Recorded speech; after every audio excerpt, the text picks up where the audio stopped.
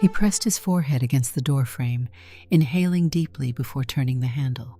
As he stepped inside his small apartment, he could almost feel the shadows lengthen. The lights were still off. He had left them that way on purpose, perhaps because walking into darkness felt less accusatory. He shut the door and stood silently, listening to the hum of the refrigerator and the distant traffic of the city outside. Then, pulling off his jacket, he sank onto the couch and let out a trembling breath. It had been a draining day at work, but that was hardly the main source of his exhaustion. He glanced at the 3 tightly knotted garbage bags sitting by the hallway closet. No matter how many times he convinced himself he was done with it all, those bags were a haunting reminder that he was never really done. His name was Sam, a 28-year-old software developer known to his coworkers as a methodical, quiet type who got things done efficiently. No one knew about this other side of him, the side that embraced something that felt both comforting and deeply shamed in his own mind. He looked down at his hands. For years, he had tried to keep them strong and calloused, a sign of old attempts at sports or handling heavy boxes during moves, trying to be what he assumed he ought to be. There was no obvious reason he could pinpoint that explained why he felt such a pull to dresses, skirts, makeup, and the persona he had privately named Sarah. It had just been there, slowly crystallizing in adolescence and steadily growing in power until it felt like a constant, irresistible whisper at the back of his mind. Even now, after all these years of hiding, each time he wore a skirt or wig, he felt a deep sense of calm that he never found anywhere else. He had tried purging everything again just a few days ago. That night, he stuffed his clothes, wigs, and makeup in black plastic bags, drove out far beyond city limits, and dropped them in a dumpster outside a strip mall. He recalled how his hands shook as he let go of the items. The relief was immediate. He felt lighter, convinced that all his confusion and turmoil would vanish with that act of disposal. But almost as soon as he got back into the car and closed the door, a hollow feeling began to creep in. By the time he reached his apartment, he felt he had lost an important piece of himself. Not that he fully understood why he felt that way, but he felt it. That was the moment the regret started sneaking back, quietly, but persistently. Days had passed with him trying to ignore the hollow ache. He dug into extra coding projects at work, staying late when no one was around to question why. He even joined a colleague for lunch, something he usually avoided, just to keep his mind occupied. But it was inevitable. He found himself late at night scrolling through online clothing stores, gaze lingering on dresses or skirts, checking each seam and style. One click led to another, until he found himself with a new order confirmation on the screen, heart thudding in his chest. He told himself again that this was the last time. Only a single piece of clothing, not a full ensemble. Yet he knew that once the barrier cracked, it wouldn't stop with one skirt. Now, the new item had arrived in a small, nondescript package delivered that morning. It was a simple black skirt, knee-length, classy enough to be worn to an office if he ever chose to present differently. He couldn't decide if that was the life he longed for, or something that terrified him. As evening wore on, he opened the box hesitantly, removed the skirt from its wrapping, and shook it out. The fabric felt soft under his fingertips. There was a part of him that wanted to cry out in frustration because he had, once again, unraveled his own promise. And yet, when he slipped into it, he felt that familiar wave of calm. He whispered, "Why can't I just stop fighting this part of me?" Though his voice was muffled by the stillness of the apartment. His phone buzzed then, snapping him from his thoughts. It was a text message from his longtime friend Erica, a woman around his age with whom he had shared many frustrations about life, though he had never mentioned the cross-dressing. She was the kind of friend who would talk about her own troubles openly, but he had always kept this hidden aspect of his life sealed away. Erica's text was simple. "Hey, you okay? Haven't heard from you in a while. Let's meet soon." He typed a quick response. "Sorry, been swamped with work. Let's meet up tomorrow after I clock out." Then he switched his phone to silent, stood there with the skirt still on, and allowed himself a moment to breathe. Maybe, he thought, it was time to stop burying this. But the idea of telling someone was terrifying. He had tried once, hinting about liking to try on different clothes when he was younger, but the conversation had ended awkwardly, and that memory became a cautionary tale that told him to keep quiet. He left the skirt on, sat down at his desk, and pulled a worn journal from a drawer. He ran his fingers over the cover, recalling how he had begun writing in it a year ago, after the first major purge. In it, he scribbled down every time he felt the urge to toss out his belongings, every moment he felt shame or fear, and every time he felt that quiet joy from wearing the clothes he felt drawn to. Tonight, he made a new entry, describing the wave of calm that came over him when he slipped on the skirt, how the sensation was so profound and reassuring. Without using the words that typically define these journeys, he wrote of the deep conflict he felt and ended with the words, "I don't know how to stop this, but maybe the real question is whether I should stop." The next day, he powered through his tasks at the software firm and did his best to compartmentalize. When 5 p.m. rolled around, Erica was standing by his desk, tapping her foot. She had short, wavy hair and wore a leather jacket. She greeted him with a quick hug and that mischievous grin she always sported. "You've been ignoring me," she teased as they walked to the elevator. "I was beginning to worry you'd moved away or something." He forced a laugh. "Just busy. You know how it goes." It was a brief ride to a nearby cafe where they found a table in the corner. The place was known for its pastries, and Erica immediately ordered a chocolate croissant while Sam chose coffee. The chatter of people and the whir of the espresso machine gave them a sense of anonymity. "So talk to me," Erica said, leaning on her elbows. "What's been keeping you tied up?" He considered lying, giving her the standard line about deadlines at work, the typical stress of adult life. He had done it 100 times, but the words refused to come out.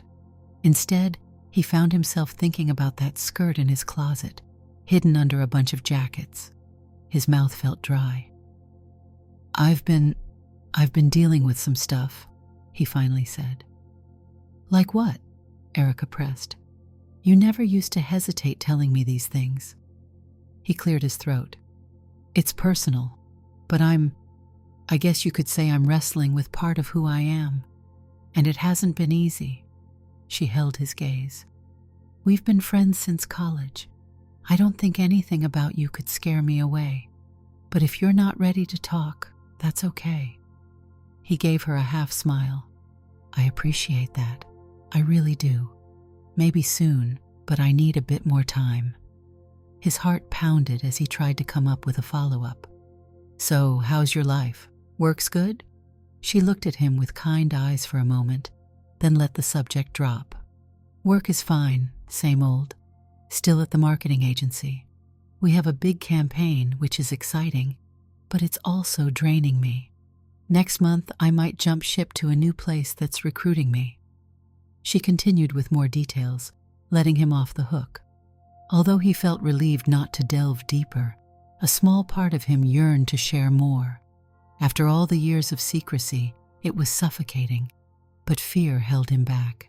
He listened intently to Erica's updates, nodded at all the right moments, and walked with her back to the office building afterward, parting ways with a promise to reconnect soon. That evening, he returned to his apartment with a dull ache in his chest. After tossing his keys on the kitchen counter, he stared at the 3 garbage bags by the closet. He hadn't taken them out for disposal yet. He had purged the clothes once before, so he'd repeated the cycle, but ironically, he hadn't disposed of these yet. Some part of him hesitated to throw them away. He hadn't even sorted through them carefully. He'd just stuffed them in a frenzy of shame one night. He felt compelled to open one bag just to see if there was anything he truly needed to salvage. He tore the plastic aside, revealing a pink dress he had found at a thrift shop that had fit surprisingly well. He swallowed hard. Would it be so wrong to keep one or two items? The question tormented him. Rather than confronting it, he tied the bag shut again. He spent the next few days coasting through a mixture of guilt, relief, and a constant undercurrent of yearning. During a slow afternoon at work, he found himself reading anonymous forums online where people talked about this kind of struggle. Some who had thrown away and rebought wardrobes dozens of times, others who had simply embraced it all and moved on. He felt less alone reading their words, but also more aware that his own battle was far from over. A week later, he was at home, mindlessly scrolling his phone, when a text popped up from his younger sister, Melissa, who was 24 and a graduate student. She wanted to visit the city and stay with him for a few days to look for internships. They hadn't been extremely close in recent years, mostly because Sam kept so many personal things tucked away. But he loved her. Instinctively, he said yes, telling her he'd be happy to host. Then a wave of panic set in. He had to make sure there was nothing out in the open that might raise questions. He'd have to move the garbage bags somewhere safe or finally throw them out. He decided it was time to let them go once and for all. There was no way he could keep them around without risking that she'd stumble upon them. The day before Melissa arrived, Sam placed the bags in his trunk and drove around for nearly an hour, trying to work up the nerve to discard them. He pulled into a rest stop, considered the dumpsters, then changed his mind and headed farther out. He ended up at a rundown strip of stores in a quieter part of town. There he parked and studied the bags in the rearview mirror. His palms were sweating. Letting go meant letting go for real, at least for now. He hauled them out and one by one dropped them into a large dumpster behind a closed pizzeria. He stood there for a moment staring at the rusted metal. Then he forced himself to climb back into the driver's seat and leave. The sense of finality made him feel hollow, just like all the times before. When he got home, he opened his closet and checked the dresser drawers to confirm he had truly removed all hints of Sarah. It was all gone, except for that one skirt he had purchased recently, the one that arrived in the mail. He had told himself it would be the last item, but now it remained the sole article of clothing he had. He ran his thumb along the fabric. Could he bring himself to throw it away too? Instead of deciding, he folded it neatly and tucked it behind a stack of old jeans in the bottom drawer. Melissa arrived the next morning, bustling through the door with a bright smile. She had a single backpack and a small suitcase. "Hey, big brother," she called out, waving cheerfully. He grinned as she set her bag down in the living room. "Good to see you. It's been too long." She looked around. "Your place is tidier than I expected." She giggled a little. "Remember how your dorm room was always messy in college? You've grown up, apparently." He shrugged. "I try." They spent that day going through internship listings on his computer, printing out references, discussing strategies for her upcoming interviews. In many ways, it felt nice to have company, to focus on someone else's priorities rather than being stuck in his own circular thoughts. The first evening, they ate pizza on the couch and watched a movie. He felt content enough that night, drifting off to sleep with the normal chaos of daily life overshadowing his private anxieties. On the second day of her visit, Melissa came back from a walk around the neighborhood, brimming with excitement. "Hey, guess what? I found this consignment boutique down the road. It looks so cool, and they have great prices. Let's check it out together." His heart skipped a beat. The last place he wanted to go was a clothing store, especially with her. He worried something in his face might reveal his thoughts, but he couldn't exactly refuse without raising suspicions.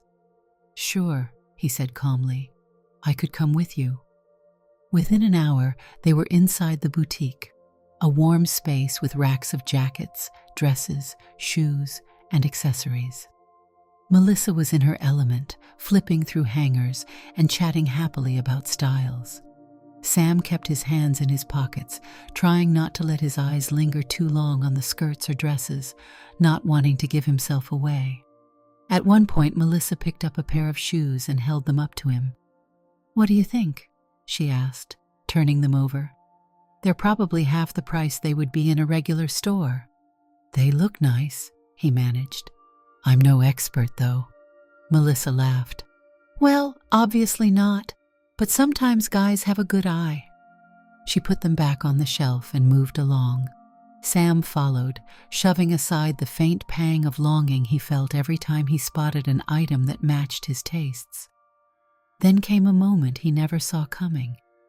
Melissa pulled a teal skirt off the rack, studied it, then turned to him. "This is so adorable, but it's not really my size. You know, if—" She froze mid-sentence, as if something clicked in her mind, but she immediately shook it off. "Never mind," she said. "I'm just talking nonsense." He felt something unsettling in her expression, almost as if she had begun to suspect. But she quickly moved on, rummaging through another section. He felt relief that she didn't push the topic. They checked out of the store with a few items for her, and he offered a polite smile to the cashier, ignoring the swirl of emotions that had raged within him for the entire outing. That night, as Melissa slept in the living room on the fold-out couch, Sam stared at the bedroom ceiling. He had hidden that black skirt well, but he felt paranoid. What if she found it while searching for a towel or an extra blanket? What if curiosity got the better of her? He was too jumpy to fall asleep right away, so he grabbed his old journal and tiptoed to the kitchen to write quietly by the dim light of the stove hood. He wrote about the fear, the longing, the old guilt that rose up yet again. He wrote about how he'd considered telling Erica, or maybe even Melissa, but every time he imagined those conversations, his mouth went dry. Then he set the journal aside and returned to bed, eventually drifting into an uneasy sleep. On Melissa's last day in the city, they grabbed breakfast at a local diner. Melissa chatted about her interviews, her plans, and her thoughts on the apartment scene in his area, all with a bright optimism that he wished he could share. As they polished off their coffee, she glanced up at him, and her tone grew serious. "Sam, I'm going to ask you something, and if I'm off base, just tell me. But I've noticed you seem on edge. Are you sure everything's okay?" He shifted uncomfortably in his seat. "It's just stress," he insisted. "Work deadlines, you know." She looked unconvinced. "Right, work deadlines. If that's what you say, then I'll trust you." She paused. "But if there's something else, you know you can trust me, right?" He forced a reassuring smile. "Of course. Thank you." They finished breakfast, and he drove her to the bus station. The hug goodbye felt both warm and tinged with unspoken concern. After she got on the bus, Sam stood on the curb, hands deep in his pockets, until the vehicle disappeared from sight.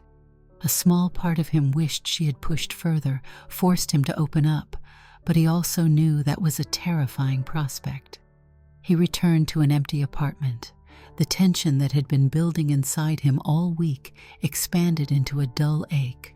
He walked to his bedroom, pulled out the black skirt, and held it to his chest.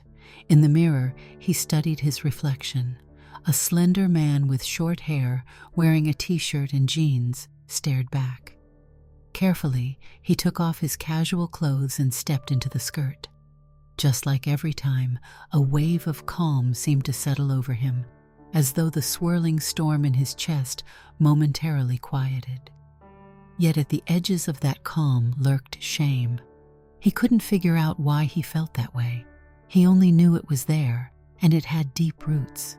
He wore the skirt around the apartment for a few hours, doing mundane tasks like washing dishes, tidying up, and reading some industry articles for work. Occasionally, he caught a glimpse of himself in the hallway mirror. 1,000 questions flickered in his mind. Could he ever share this part of himself openly? Did he even want to? Sometimes he imagined living in a different city, under a different name, wearing the clothes he preferred without guilt or complication. But he always dismissed that vision as fantasy. He had rent to pay, a career to maintain, and a life full of acquaintances who saw him in a specific way. That weekend, Erica invited him out to a bar with some of her co-workers. Sam hesitated, but decided it might help distract him. The bar was loud and dimly lit, filled with the buzz of conversation and clinking glasses. Erica introduced him to a few people, and he made polite small talk. But his mind wandered. At one point, he excused himself to stand outside for a moment of fresh air. Erica found him leaning against the side of the building, watching cars go by. "You look like you're carrying the weight of the world on your shoulders," she said softly. "What's going on?" He looked away. "I'm just tired." She crossed her arms. "You've been tired for months. This is different. Let's talk. Seriously. Even if it's just for a minute." He dropped his gaze. "Erica, I don't know if you really want to hear about this." Her tone was firm. "Try me." He swallowed, heart pounding. Maybe it was the environment, the anonymity of the city night, or the whiskey he had sipped earlier. But he decided to speak, at least in a measured way. "There's something that's been part of my life for years," he began, voice trembling slightly. "It's a part of me that I've always felt I should hide. It has nothing to do with you or with anything you've done. It's just something I do in private, and it's caused me a lot of shame." She nodded slowly, giving him space. When he didn't continue, she gently prompted him. "Go on." He opened and closed his mouth a few times, trying to form words. He paused, then forced the admission out. "I wear clothes typically marketed to women, dresses, skirts, sometimes makeup. I feel better when I do it, calmer, but I also feel a lot of confusion around it." Her expression was unreadable at first. She blinked, then took a half step closer, lowering her voice. "You like to cross-dress?" He winced at the word, though he knew that was the simplest term for it. "Yes." For a moment, neither of them spoke. The hum of traffic and the faint laughter from inside the bar were the only sounds. Then Erica slowly reached out and put a hand on his shoulder. "Sam, I wish you'd told me sooner, because, honestly, I don't think there's anything weird about that. If it makes you feel calm, that's something you should have the right to explore." He exhaled in relief, tears edging his eyes. He hadn't been sure how she would react, maybe with disgust, maybe with awkward confusion, but her voice sounded sincere. She didn't sound pitying, just thoughtful. "I've spent so many years throwing it all away, then buying it all back. I get so scared that someone will find out. I'm ashamed even though a part of me knows I shouldn't be." She looked around to make sure no one was eavesdropping, then spoke gently. "Look, I can't pretend I understand every nuance of what you're going through, but you're not doing anything wrong. If it makes you feel at peace, you shouldn't have to hide in misery. I'm here, okay?" Tears rolled down his cheeks, and he turned away, quickly wiping them with the back of his hand. It was a moment he had never allowed himself before, crying in front of a friend, letting the truth out. Erica's hand rested on his shoulder the entire time. They spent another hour at the bar, talking quietly in a corner, away from the boisterous laughter of her co-workers. Sam stumbled through the story of his repeated purges, the sense of regret each time, the confusion, and how he kept the details hidden from almost everyone. Erica listened without interruption, occasionally nodding, eyes kind. By the time they stepped outside to call it a night, he felt a strange mixture of liberation and caution. After hugging Erica goodbye, he walked to his apartment. For the first time in years, he felt like the tension in his shoulders had eased a little. One person knew now, and she hadn't turned away. He returned home to find the place dark and quiet. Flicking on the lamp in the living room, he felt a surge of nervous energy. He hurried to his bedroom, pulled out the black skirt from the bottom drawer, and put it on. Then he stared at himself in the mirror and remembered Erica's words. If it makes you feel at peace, you shouldn't have to hide in misery. He breathed slowly, taking that in. Days turned into weeks, and he began confiding in Erica more often. The relief that came with having someone to talk to about it, even if only one person, was immense. He found himself sharing the complexities of the cycle, how an overwhelming sense of shame triggered him to toss his clothes and makeup, only to replace them later when the longing became unbearable. Erica asked questions about the specifics, when he'd first noticed these feelings, how he felt about shopping for clothes, whether he had ever considered telling anyone else in his family.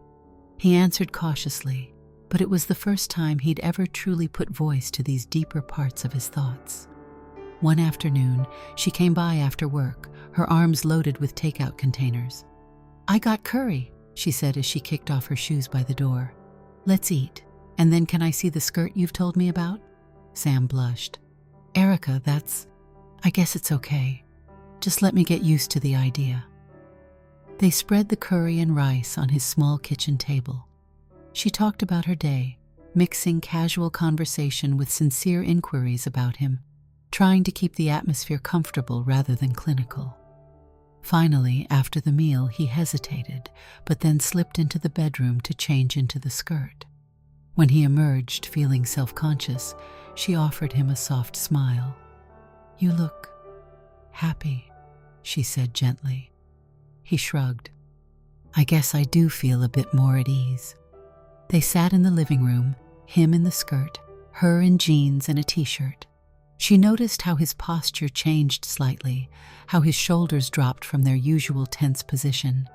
He explained that part of what brought him calm was simply the sensation of the fabric, the feeling that he was doing something that resonated with him no matter how he tried to rationalize it. Erica listened, made no judgments, and simply reminded him that she was there for him. A few nights later, Sam mustered the courage to have a phone call with Melissa. Over the last few months, she had sensed that something was up. Now that he had confided in Erica, he wondered if he should open up to his sister as well. He sat on the edge of his bed, phone in hand, heart hammering in his chest. "Hey, big brother," Melissa answered brightly. "How's life?" He gave her the usual updates about work, told her that Erica had been helping him out with some personal matters. Her curiosity was piqued. "Personal matters? Should I be worried or excited?" He paused.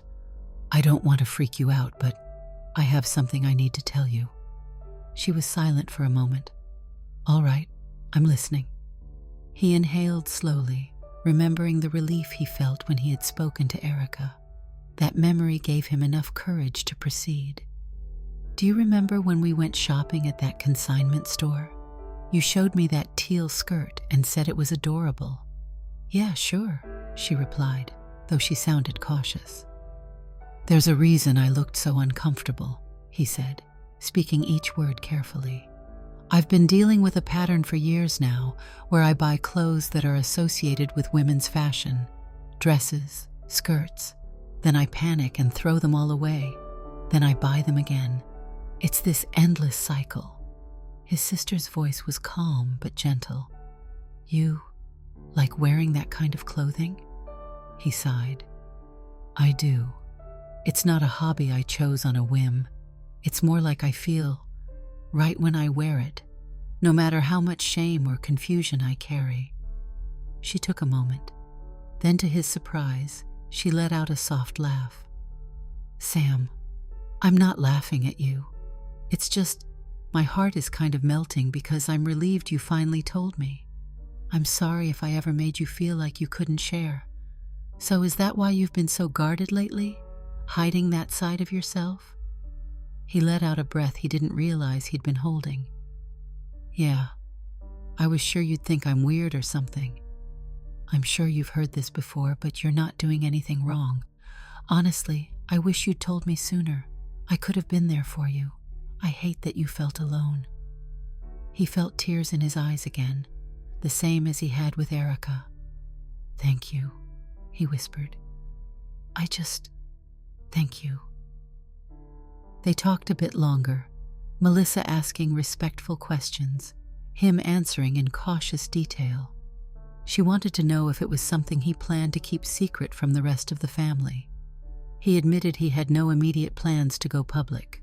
The idea was too daunting, but she assured him that, if he ever changed his mind, she would stand by him. After he hung up, he noticed a sense of profound relief filling him. He was still frightened about where all this was heading, but knowing that two people cared for him without judgment felt like a quiet anchor in his otherwise tumultuous world. That weekend, Sam decided he needed a new approach. The cyclical pattern of purging and repurchasing was exhausting him, emotionally and financially. He had confided in Erica that he wanted to stop throwing things away, but part of him was still paralyzed by a deep fear of being discovered by others, neighbors, co-workers, acquaintances. Erica proposed a gradual step. She suggested that maybe he explore some support, like talking to a counselor. Sam considered it, though he was wary about opening up to a stranger. In the meantime, he took a bold move of a different kind. He reorganized a small portion of his closet to include the few items he still had, the single skirt and a top he had purchased online a few days earlier. He hung them neatly instead of stuffing them into a drawer or closet corner. It felt surreal to see them displayed among his usual button-down shirts and slacks, but it was also strangely comforting. During an afternoon of cleaning, he took a break to stand there in front of the closet, touching the skirt's hem, letting his mind wander. He thought of himself in that mirror again, the brief sense of harmony. He wondered if he'd eventually create a larger section of clothing that better reflected that side of him. That question was loaded with uncertainty, but at least he wasn't denying its possibility.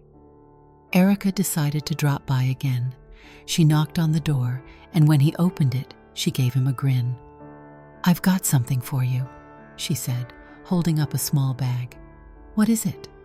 She pushed past him into the living room. "I was at the mall last night, saw this scarf, and I thought of you. It's a neutral color, so you could incorporate it into different outfits without attracting too much attention if you're worried about that." She handed him the bag. He pulled out a light, soft scarf in a subtle gray. He ran his fingers over it, feeling a lump in his throat. It seemed like a small gift, but to him it was huge. It was the first time someone had given him something specifically for that side of his clothing preferences. He looked up at Erica. "Thank you. You're incredible." She smiled. "Listen, I want you to know you're allowed to enjoy this. You're allowed to wear what you want. If you're not ready to tell the world, fine, but don't keep punishing yourself." He wrapped the scarf gently around his neck, feeling its softness against his skin. For a moment, he was enveloped by a rush of emotions, gratitude, relief, and a glimmer of hope that maybe he could find a way to stop the destructive cycle of hiding and throwing everything away. Over the next few weeks, Sam tried small experiments to see how he felt in public spaces. For instance, he would wear the scarf with a casual sweater to a coffee shop, or slip on a pair of jeans that leaned toward a more androgynous cut. Nobody gave him strange looks, and no one made a snide remark.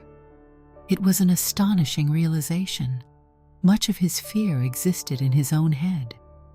That's not to say prejudice didn't exist, or that he'd never encounter pushback. But for now, in these small steps, he felt safer than he'd expected. It wasn't all smooth sailing, though. One Tuesday night, he was feeling emboldened and decided to wear a simple black dress in his apartment. He remembered how comfortable it had felt in the store. But suddenly a knock came at the door, his neighbor Lucy dropping by unexpectedly to ask if she could borrow some sugar. Panic shot through him.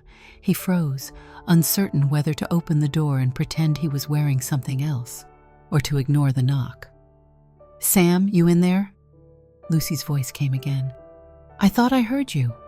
He scrambled, tossing a robe over the dress. His heart pounded as he opened the door a crack. "Hey, Lucy, sorry, I was in the middle of changing. What's up?" She raised an eyebrow, obviously taken aback by his rushed demeanor, but offered a polite smile. "Oh, sorry to bother you. I just wanted to see if I could get a cup of sugar. If it's a bad time, forget it." He forced a grin. "No, it's fine. 1 second." He closed the door, tearing off the dress and tossing it onto his bed. He pulled on a t-shirt and sweats, then grabbed sugar from the kitchen. When he opened the door again, Lucy tried to hide her curiosity. Still, she gave no indication of knowing what was going on. He handed her the sugar with a shaky smile, and she left.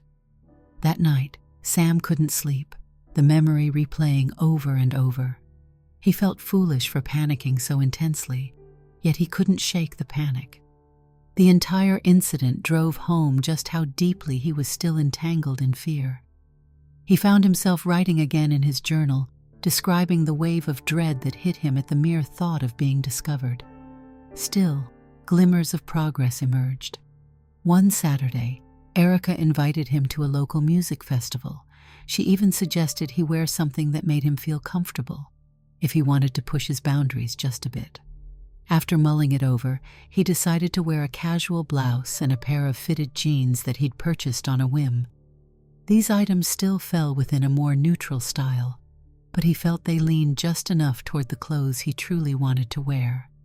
With a thudding heart, he met Erica near the entrance to the festival grounds. She looked him up and down, gave him a thumbs up, and they headed inside. Amid the throngs of people milling about with colorful outfits, neon face paint, and eccentric hairstyles, Sam's clothing looked positively tame by comparison. At one point, while they were watching a band, someone bumped into him accidentally and apologized with a friendly smile. No one seemed to notice or care what he was wearing. He realized that, at big social events like these, people were more concerned with having fun or focusing on the music than scrutinizing a stranger's attire. By the end of the festival, he felt a mixture of exhilaration and exhaustion. It was the first time he had worn something close to his preferred style in such a large public space, and nothing catastrophic had happened.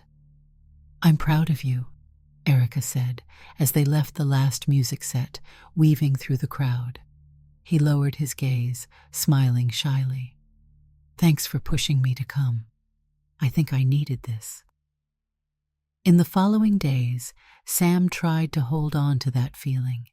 He let himself keep the skirt, the blouse, the scarf, and a few other items he had acquired. He made a promise, written down in his journal, that he would resist the urge to purge, even if shame flared up again. Instead, he would reach out to Erica or to Melissa if he felt overwhelmed. Of course, the temptation to purge remained. One stressful evening, after a tough day at work, he stood in his bedroom, glowering at his clothes, feeling that suffocating sense of guilt and fear. His hand hovered over the wastebasket, but then he recalled Erica's voice telling him he didn't have to hide in misery. He remembered Melissa's words, "I wish you'd told me sooner." He closed the dresser drawer instead of stuffing everything into a bag. Then he shakily got into bed. Over time, he discovered that the longing to purge often coincided with spikes in stress at work or social pressure. Recognizing that pattern helped him manage it. When he felt that old panic rising, he would text Erica or jot down his thoughts in the journal. Slowly, the days between each wave of panic grew longer. He began to breathe easier. He didn't suddenly transform into a person who wore dresses publicly every day. There were still layers of fear and complexity he hadn't unraveled. But he stopped denying this important aspect of himself. He realized that the question was never truly, "How do I stop fighting this?" as if it were something to conquer or eradicate. It was more about living with it, acknowledging it, and letting that quiet calm wash over him whenever he chose to don clothes that felt right. One evening, months after that fateful conversation outside the bar, he invited Erica over for dinner. He felt surprisingly relaxed in her presence now. After they ate pasta and chatted about random topics, she brought up the subject that had once made his stomach churn. "So, how's it going with the cycle? Have you felt the urge to purge lately?" He took a sip of water, then shook his head. "Not really.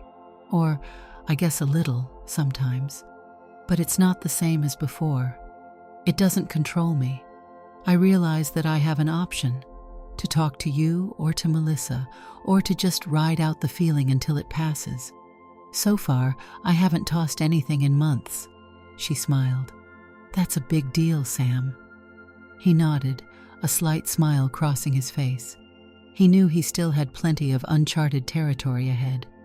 Maybe someday he'd tell the rest of his family, or even carefully share with a broader circle. Maybe he'd integrate these items into his daily routine in a way that felt natural.